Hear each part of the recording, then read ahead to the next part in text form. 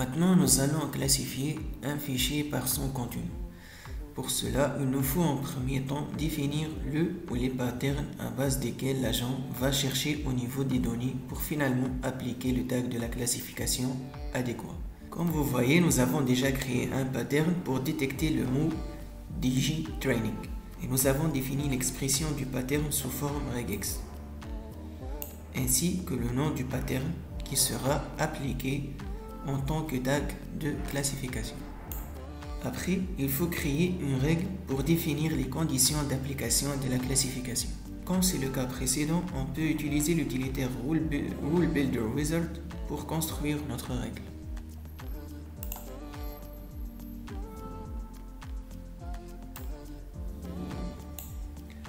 Dans notre cas, nous allons faire appel au pattern que nous avons créé précédemment et nous allons appliquer la classification pour tout fichier qui contient le pattern au minimum en une seule occurrence, qu'il soit la source ou la destination des opérations qui peuvent être opérées, telles que la création ou la modification.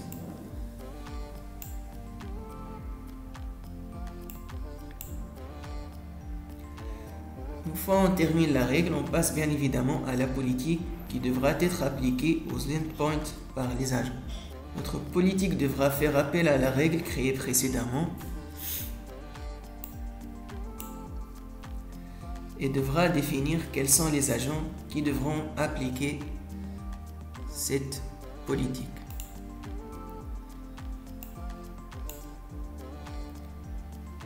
On peut choisir facilement par rapport aux agents installés en faisant une recherche rapide ou en passant d'un groupe de machines à un autre.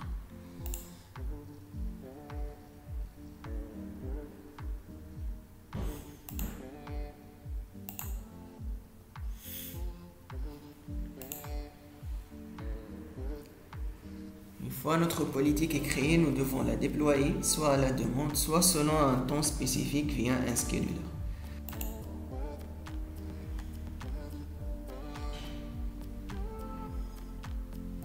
Si nous vérifions au niveau de l'agent, toujours dans la DGMC, nous allons voir qu'une nouvelle politique est en queue pour être prise en charge par l'agent dès qu'il sollicite la console. Dans notre cas, la politique est déjà déployée pour l'agent sélectionné, donc nous devrons voir la politique au niveau de la fenêtre Deployed Policy Objects.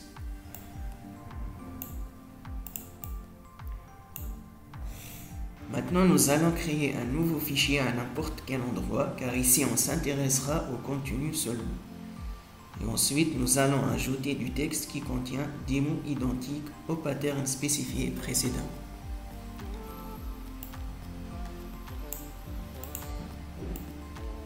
Notre fichier contient désormais le mot DigiTraining dans différents formats, avec des caractères alphabétiques en majuscules et en minuscules. Nous allons maintenant consulter les informations de classification via l'outil DigiCI, sélectionner notre fichier et nous aurons donc les métadonnées du fichier ainsi que le dernier tagger qui est dans notre cas Content Classify, qui indique que ce fichier est désormais classifié via une politique de classification par contenu. Vous voyez ici notre pattern avec une fréquence de 3. Parce que le mot DigiTraining est répété en 3 fois au niveau du contenu du fichier. Vous voyez ici le tag appliqué DigiTraining.